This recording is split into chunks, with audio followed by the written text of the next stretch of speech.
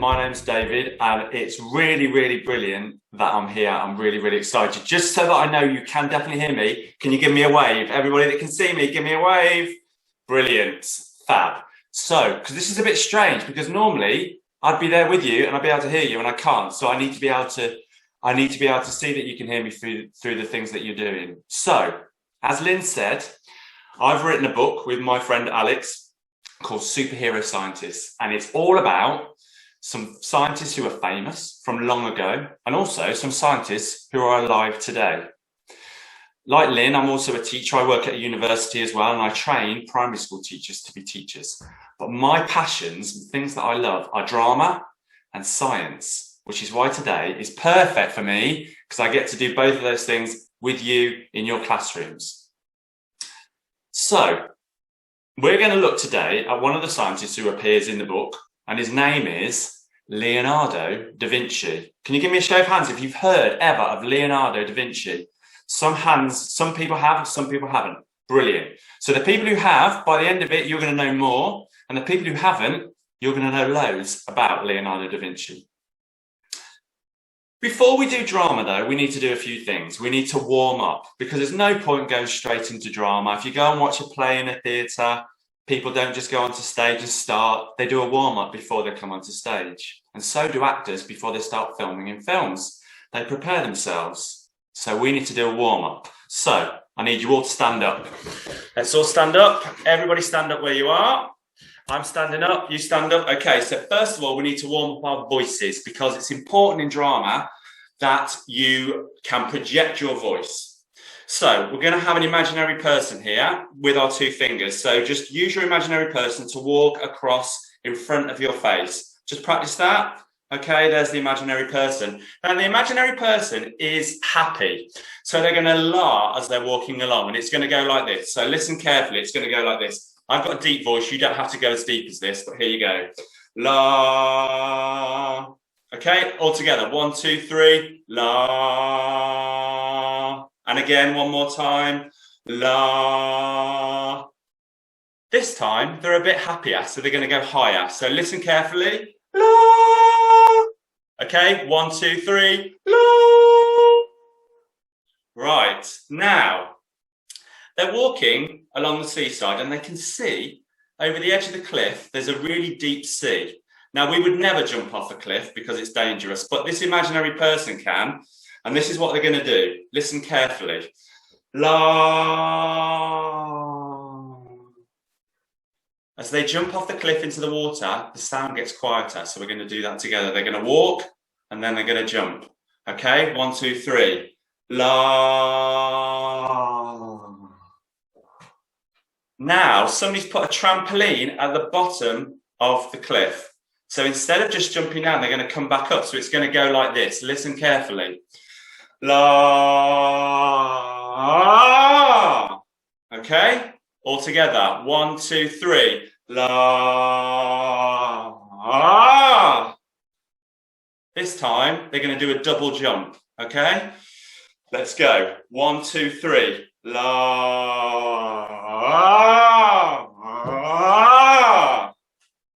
So now our voices are warmed up. Now we're going to have to warm up our bodies. Because it's science, we're going to do a science theme. So put your hand here on your left, just over your left-hand side here on your chest. And here, just behind here, just to the left of the sternum, which is this bone in the middle of your chest, behind that's your heart. At the moment, you might be able to feel it because we were going up and down, but chances are you can't feel it beating yet. So we're going to do, some of you have been doing a little bit of Joe Wicks warm up in the morning. We're going to do a little bit of that for 30 seconds. So hands down, we're going to jog on the spot for 30 seconds. Go. Knees up, get the knees up, knees up. How long we got? That's 10 seconds. Go a bit higher, higher. More effort you put in, the more you're going to be able to hear your heart, feel your heart at the end. 10 seconds left. 9, 8, 7, 6, 5, 4, 3, 2, 1. Hand on your heart. Can you feel it beating? Excellent. Take a seat. Take a seat. Now that we're warm, I need to take a bit of water. Right. We're warm now, so we're ready to start our drama. So, today we're going to meet a great scientist, like I've said. He's going to talk to you, and hopefully we're going to get a chance to ask him some questions about his life, about his work, and his interest in science. So, without further ado, shall we welcome him? He has travelled to us from the past through time. He died 500 years ago. He's renowned as a universal genius. Here he is. We're lucky to have him here today. Please put your hands together for Leonardo da Vinci. Thank you, thank you, thank you. Thank you, David, for that wonderful welcome. But where am I? It looks so very different. David, what's happening? Hello, Signor Da Vinci. You are here at the Great Science Share, and the year is 2021. Surely not. This is not possible. 1 minute ago, 1 second ago, I was in my lovely studio in Italy, drawing in the year 1501. So you're telling me that this is over 500 years later? Yeah, it really is. I'm sure that's really hard to believe. And who are all these young people? Why are they here? Well, all these lovely children you can see here are here in school, and they're here to celebrate the importance of science. Now that is something I can agree with. I love science. I love everything about it. Oh, I know that very well. Do you? It surprises me. I mean, I don't understand how you know. I've done a lot of science. I've studied a lot. But I know most people know me for my fame and my art.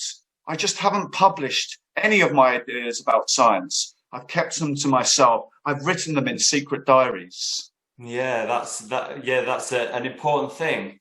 Here are some of your famous works, not the real ones, they're copies. The Last Supper here was one of yours. Beautiful, but not as good as mine. Not as good as yours, Leonardo, because these are copies. And this one here, the Mona Lisa. Now, your works of art are amazing, and they're some of the very best pieces of art the world has ever seen. They are almost priceless. The Mona Lisa here is estimated at being worth at over £500 million. Whoa! £500 million? Oh my goodness me. But thank you for all your kind words. It's so kind. Do you think you could tell us a little bit about your life, Leonardo, and what you have done? Do you think the children will want to hear from me? Would you like to hear my story? I think I can see lots of nods. They want to hear all about you. Hands up. All right then. I love myself and I love telling my story. So here goes. I was born near the town of Vinci, Florence. It's in Tuscany, Italy. My mother was an orphan. She was called Caterina de Mio Lip, and she met my father. He had a really long name. Messer Piero Fruisino di Antonio da Vinci. He was a wealthy nobleman. They never married, and I was brought up by my grandfather in the countryside, and that had a real impression on me. I was surrounded by nature. I loved nature. All the rivers, the trees, the mountains, and the animals. When I was very young, I loved to watch them. I loved to see what was going around me, and I was really curious about how things work. Didn't go to school, though. I preferred to explore and investigate myself rather than learn from books. I'd look for things, patterns, and then test them. I'd watch and observe how things move. The effects created by shadow and light, the size, the scale, the proportion. All this information and knowledge and understanding helped my art look even better. So you've seen some of my art already by the power of this strange device in front of me. I'd love to know how it works. However, I could tell you many tales about how I was an apprentice for the sculptor and painter Andrea Verrocchio, and then how I became an art master as part of the Brotherhood of Florentine Artists. I finished and completed works of art for really wealthy people, and I've had a wonderful career. I love my art. but I have this feeling. I have this feeling it's the science, my science you want to know about. Is that right? Yeah, it is. I've told you, I love nature. I love birds. And I was fascinated by how they fly. It intrigues me. They're beautiful, amazing creatures. I just wondered, what if I could fly? What if I could get into the air and soar? Just imagine flying above the trees. It would be wonderful, wouldn't it? So I came up with quite a few ideas to see if this could happen. It looked like this, and I called it my flying machine, my ornithopter.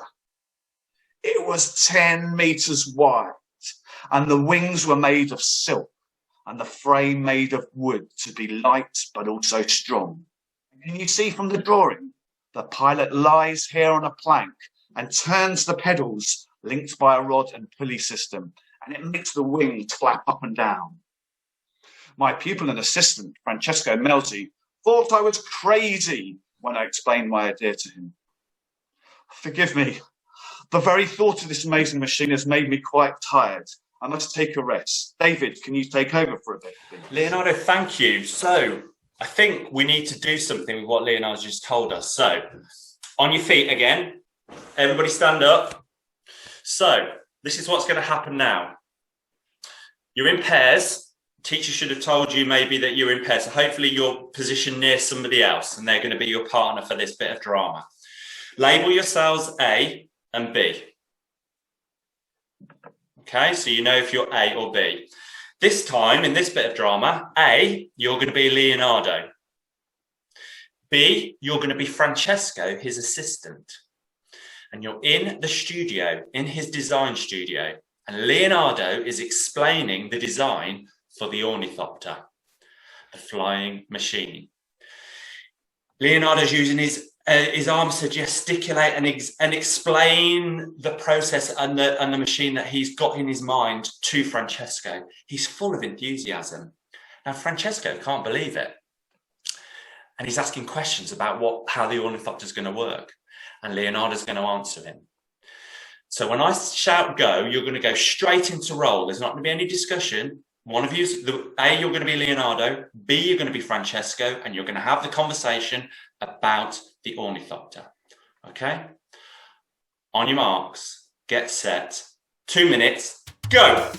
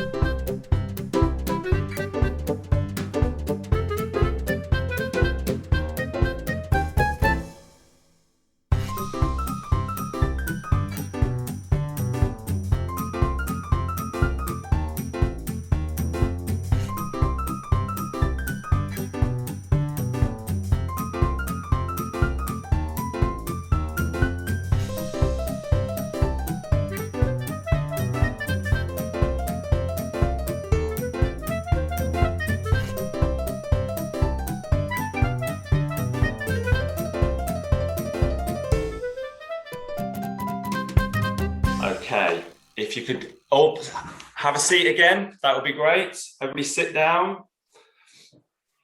it looked like you were having some really, really good discussions there and explaining what the ornithopter was going to be about. So that's fantastic. Absolutely brilliant. Leonardo, they look like they completely got your design. I couldn't hear them, but it looked just like I was in my workshop with my apprentice. And I feel so much better for the rest. Thank you. I'm ready to tell you more about my other flying inventions. You see this new picture? This is my helical air screw. So this machine, can you see at the bottom, has a platform at the bottom. That's where 3 people would stand, and they would turn a hand crank. And this turns the screw around. The faster you turn the cranks, the quicker the sails turns. My sails made from linen cloth covered with starch, a special chemical to fill the small holes to stop the air travelling through the fabric. And if the screw spins fast enough, it squashes the air and the structure would lift off the ground and fly. Wow, what an amazing design. But there's more, David. I want to tell the children more. I've got another creation.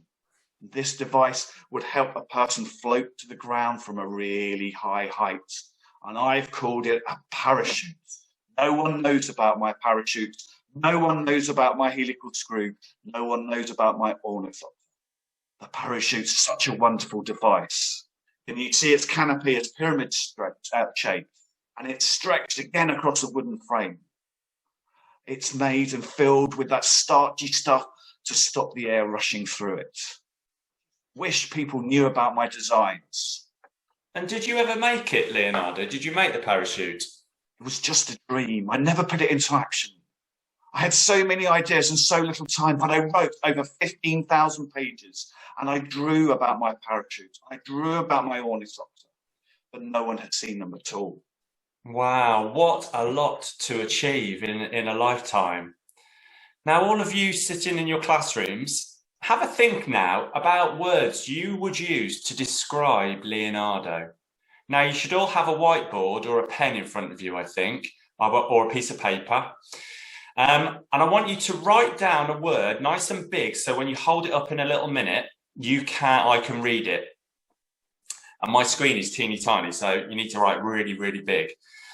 So what word are you going to use to describe him? You might write a word like brave, or an adjective like enthusiastic or creative.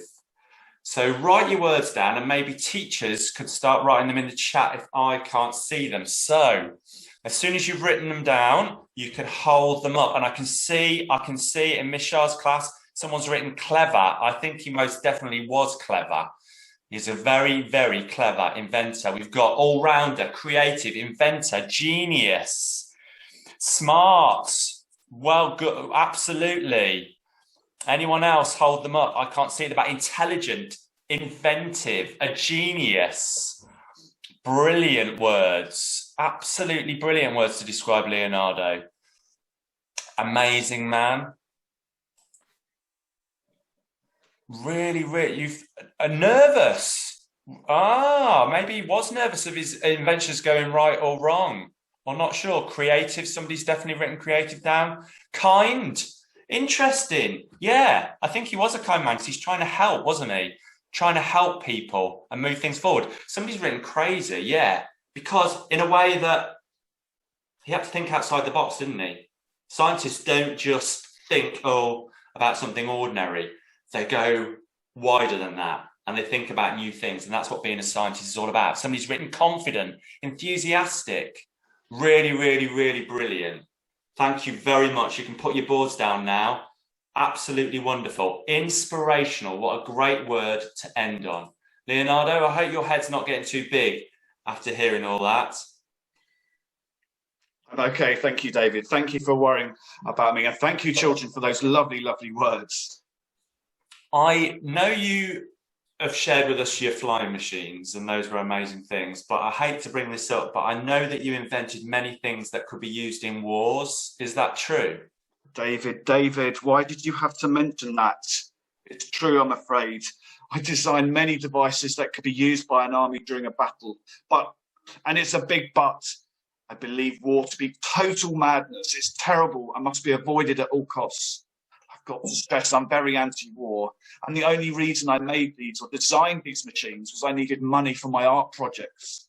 And the wealthy people who gave it to me were only interested in my war design. It was the only way to get money. Yeah, I think we can understand that. Could you, even though you don't like talking about them, I think we'd be interested to hear. Could you talk to us about some of your designs? If I must. First, it's my giant crossbow. This was massive, 24 meters across, wider than most school stages. 6 wheels to allow it to be easily moved about. Made from thin wood so that it was easy to move, and we could easily pull it back and put it in position. I liked using cranks. What a soldier would do would wind it. Can you just show where it winds? And then it pulls it back. And then what you have to do is knock out a pin with a big mallet, and it would fire huge stones or flaming ammunition at the enemy. I think we need to try this out to get a full appreciation and a picture of what it would work like. So everybody on your feet again. We're up, we're getting up. Okay, so now, first thing we need to do is to wind the crank. Now the crank is like a handle and it's made of wood, like a big pole of wood. We need to get our hands on it and we're going to push it forward and then pull it back. And it's going to take a lot of effort. Some of you are doing it too easy. We're not doing it like that because it's not easy. It's really hard to push and pull and push. Oh, and pull it back and push and pull. Whoa. So that's turning the crank to pull the ropes back. Now we've got to put the ammunition on. And the ammunition would have been a really big boulder, a really big stone. So we're going to have to pick it up off the floor and put it on the crossbow. So it's over here. So we're going to bend down, pick it up. Oh my goodness, it's really heavy. Oh, and we're moving it really slowly. And we're going to move it onto the crossbow. And oh, blimey, that's worn me out. Now we need to knock the pin out because the pin is a big piece of wood. And when we knock the pin out, it would release the rope and then the boulder would fly into the enemy. So we need a big hammer, a little bit like Thor's hammer from the Marvel films. So imagine we've got a big wooden hammer and we're going to pick it up off the floor and we're going to bash it down. Let's do it one more time. Pick up the hammer and then the boulder would fly through the air into the enemy.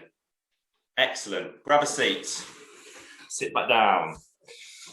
Oh, blimey, it's very active today, isn't it? So, David, I must stress again, all my designs were just intended to frighten an enemy. I just never wanted them to be used. I was stupid. But can I tell you about another one? Another of my inventions. I thought up the idea of a robotic knight. My knight can stand, sit, move its arms, raise its visor, all by using a series of pulleys and cables. I put it in medieval armor and it had a pretty realistic human-like jaw. Wow, so a robot that was a knight. Blimey, amazing. Didn't you do something for warfare that happened at sea? Well, it was never made, but I thought up the idea of scuba gear. Oh, you've got a picture of my design there too, you clever man. Now have a look. You can't see it, but there's a cork which floats on the water surface. And down from the air, it passes down these tubes into a mask. And this fits over the diver's head. And there's a balloon inside the helmet which can be inflated or deflated to help the diver surface or dive more easily. My device, in theory, could allow secret attacks on enemy boats from under the water. Wow, right. Can I just say one thing, David? Yeah, go ahead, Leonardo. I hope this is all right with the children. There's a little pouch in there to do a little wee-wee for underwater. Ew. Right, okay, so I think we can model this right now. So, you're going to be in your pairs again, and I'd like you to pick either the robotic knight or the scuba gear. Stand up and I'll tell you what you're going to do. So, when you're standing, You're going to be in your partners with your partners A and B again. This time, B, you're going to be Leonardo. And you're going to be sculpting, you're going to be creating either the scuba gear or the robotic knight. And you're going to move your partner into the position and you're going to be talking things through. So if you're putting the scuba hat on, you might be saying, yes, I'm going to make this out of leather and I'm going to make sure it fits around here. And I'm going to get round bits of glass and I'm going to put them here so that the person can see out of. You're going to talk them through just for a couple of minutes. You are going to use your model to create either the robotic knight or the apparatus, and you're going to talk them through and tell them what you're doing while you're making it on them. Okay? 2 minutes, off you go.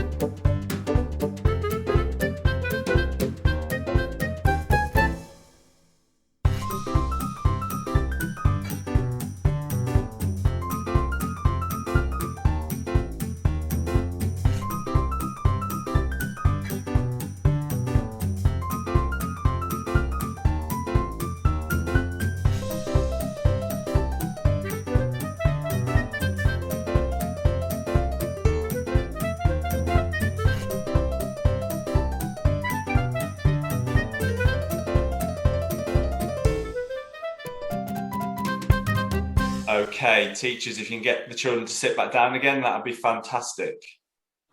Brilliant. Leonardo. Hello. All of your science-based sketches and science notes were never published, is that right? That's correct. Only my famous art pieces has the rest of the world seen. Well, I've got a bit of a surprise for you, because 100 years after you died, they were published, they were found, the books were found, your sketches were found, and your designs were found. But by this time, other people had thought of similar ideas to you. So your scientific ideas, in a way, in some cases, have become reality. They are actually in existence. You're joking me. People stole my ideas? What do you mean? Well, I think we need to see it as a positive. And perhaps we'll think about and explain to you what's happened. So is anybody from Mrs. Sen's class in Galleons, does anybody want to come on and tell Leonardo something that he invented that actually works today? I can see somebody with a hand up. Is there any chance you could turn your mic on? Whoever's been chosen from that class to perhaps... Parachutes. The parachute. Parachutes. I can't believe that parachutes are out.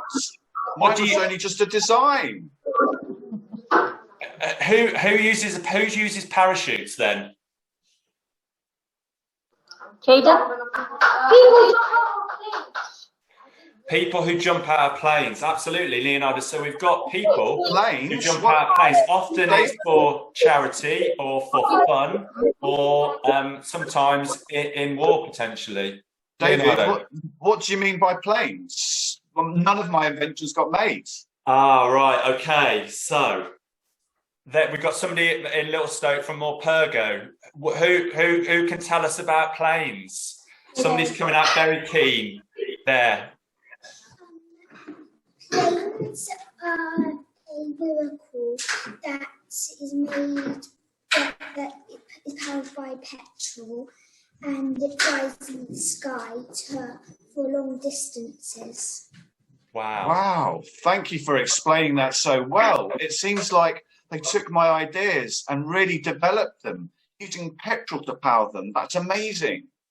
How many people, hands up, how many people have seen a plane in the sky? How many people have seen a plane in the sky? Wow. Everyone look, put their hands up. I can't believe it. How many people have been on a plane? No one, Who's surely. been on a plane? Everyone. Wow. So you see, Leonardo, planes are in existence. What about anything else that he's invented that might actually be around today? We've got lots of hands up at St. Peter's. St. Peter's Primary. Do you want to turn your mic on and one of you tell us something else? There can't be anything else. The scuba gear has been used. Would you mind repeating that? The scuba gear. Scuba gear? And what do people use my scuba gear for? They use it to go in water and look at the nature of the water. Oh, that sounds amazing to me. I love nature. I'd love to have dived down into the sea and seen all the fish and stayed down there forever. Thank you for letting me know. Does anybody want to tell what happened to the helical air screw? That was one of my favourite. Helical air screw, because that I can't see on my screen anybody else's school. What about in Gallions, Mrs. Sen? Have we had somebody from your class? I think we did, didn't we? Who've we not had?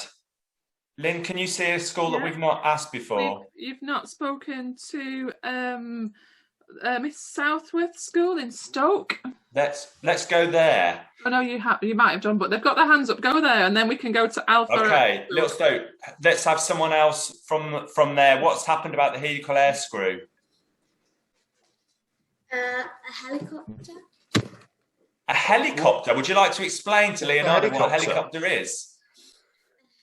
A helicopter is like an airplane but smaller, and it has wings on top of it that spin around in the air. That's an excellent explanation. I can really see how that has developed from my helical air screw. Thank you very much. And it's called a helicopter now. It's called a helicopter. Wow. A helicopter, Leonardo. I do prefer helical screw, though. I think Little Stoke School are desperate. Look, they're just bouncing off their seats. Maybe the girl about 2 rows back, or there's a boy right at the back of the class there. Do you have any brothers or sisters? Really good question. And I think you'll be very surprised. I've got 12 brothers and sisters. My mum and dad married 2 or 3 times. So I had lots of stepsisters and lots of stepbrothers. So you had lots of people never to play was much. Sorry, David. Lots of people to play with then. Lots of people to play with, and not much food at the table. Oh. Next question. Made you think of your ideas? Sorry, what made you think of your ideas? I think I've said this before, but I got all my inspiration from nature. So when I watched the birds, when I watched the fish, I thought, how could I use those ideas? How could I make them into something useful? Ladies has a question. What was like your most impressive and your favorite invention? Which invention that you're most impressed by or proudest of? I think it's probably my flying machine, my ornithopter. I know I sound boring, but imagine flying, soaring like a bird. And you tell me that you all have flown like a bird. I'm so jealous. If you made a new invention, what would it be? Well, I don't know if I want to make a new invention, but what I want to do is actually try these things out, because I never tried these ideas. My helicopter was just a design. My ornithopter was just a design. I really want someone to help me to make them and actually see if they work. I think that was one of the questions in the chat. Which invention took the most time to make? Because you never actually made any of them. You just designed them. No, but can I tell you how long my pieces of art used to take? Sometimes over 3 years. Wow. Wow. Why didn't you make the inventions? Someone's asking. Well, it was a lot to do with the technology. It's just, I came up with these designs and we just didn't have people that could shape them in the way I wanted, to make them how I wanted.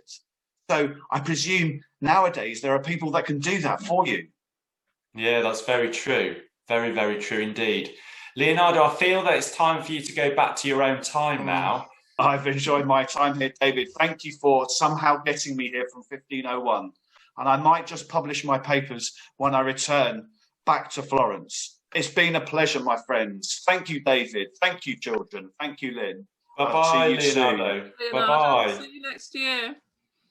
Well, that was amazing, wasn't it? He was an amazing, amazing man. Don't worry, though, because when he travels back in time, his memory gets wiped, because we can't have him publishing his designs because it would change the whole course of history. And for those of you who watch Doctor Who know that as soon as that happens, everything goes wrong. So we're not having anything like that happen. Who would have thought that just on an ordinary Friday, we get to meet Leonardo da Vinci? What a great man. Now, like I say, he is one of the features, the scientist who features in the book that you can see on the screen, Superhero Scientists.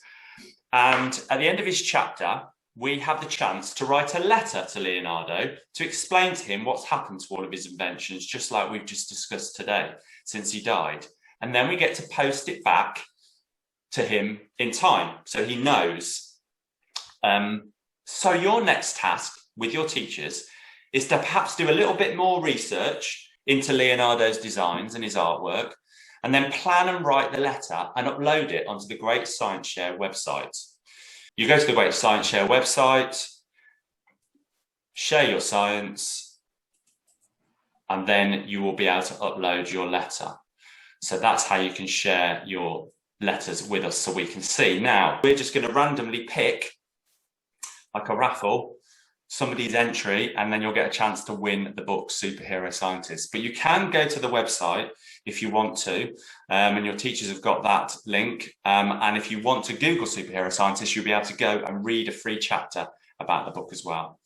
Now, it's important to remember that not all scientists are male. Scientists come in all shapes and sizes, like these wonderful people here who are in the book, doing different jobs and different sorts of science, because they are all superheroes. All scientists are superheroes. And it's important to know that any of you, if you want, can choose to be a scientist, because anybody can be a scientist. And remember that all scientists are real life superheroes. It's been wonderful to meet you all today. I hope you enjoyed meeting Leonardo and learning about his scientific work. And I hope you have a great rest of the day and a great weekend. Thank you very much.